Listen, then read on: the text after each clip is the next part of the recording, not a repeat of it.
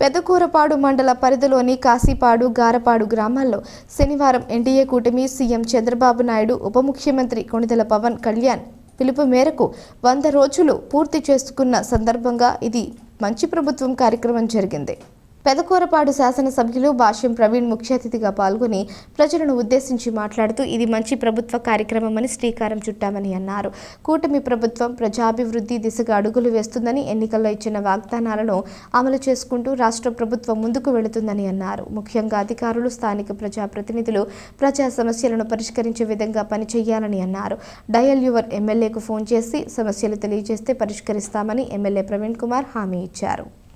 ఈ రోజున మా ప్రభుత్వం చంద్రబాబు నాయుడు గారు ముఖ్యమంత్రిగా ప్రమాణ స్వీకారం చేసి 100 రోజులైన సందర్భంగా ఈ కార్యక్రమం ఏర్పాటు చేయడం జరిగింది.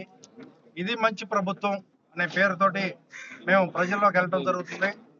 మొట్టమొదటిసారిగా పెదకూరపాడు నియోజకవర్గం, పెదకూరపాడు మండలంలో ఈ కాశీపాడు గ్రామాన్ని మొట్టమొదటి సభగా ఎంచుకోవడం జరిగింది. ఈ రోజు నుంచి వారం రోజుల పాటు వారోత్సవాలు లాగా ప్రతిరోజు 2 గ్రామాల చొప్పున దాదాపు 4 గ్రామాల్లో ఈ ప్రోగ్రాం చేయడం జరుగుతుంది. ఈ కార్యక్రమం యొక్క ప్రధాన ఉద్దేశం ఏంటంటే, గ్రామాల్లో ఎవరికైనా రెవెన్యూ పరమైన సమస్యలున్నా, గ్రామాభివృద్ధికి సంబంధించిన సమస్యలున్నా తక్షణమే మాట్లాడి వారి యొక్క సమస్యల్ని సాల్వ్ చేయడానికి ప్రయత్నం చేయడం కోసం ఈ కార్యక్రమం పెట్టడం జరిగింది. మా నాయకుడు చంద్రబాబు నాయుడు గారు ఒక మంచి ఉద్దేశంతో ఈ కార్యక్రమానికి పిలిపించడం జరిగింది. అట్లానే గతంలో కూడా పవన్ కళ్యాణ్ గారు, డిప్యూటీ సీఎం పవన్ కళ్యాణ్ గారి నేతృత్వంలో గ్రామ సభలు పెట్టడం జరిగింది. గ్రామ సభలు కూడా బ్రహ్మాండంగా సక్సెస్ అయినాయి. వారి యొక్క సమస్యలు మొత్తం గ్రామ సభల రూపంలో ఇవ్వడం జరిగింది. వాటన్నిటిని తీర్చే విధంగా కూడా రాబోయే రోజుల్లో ప్రణాళిక సిద్ధం చేస్తున్నారు.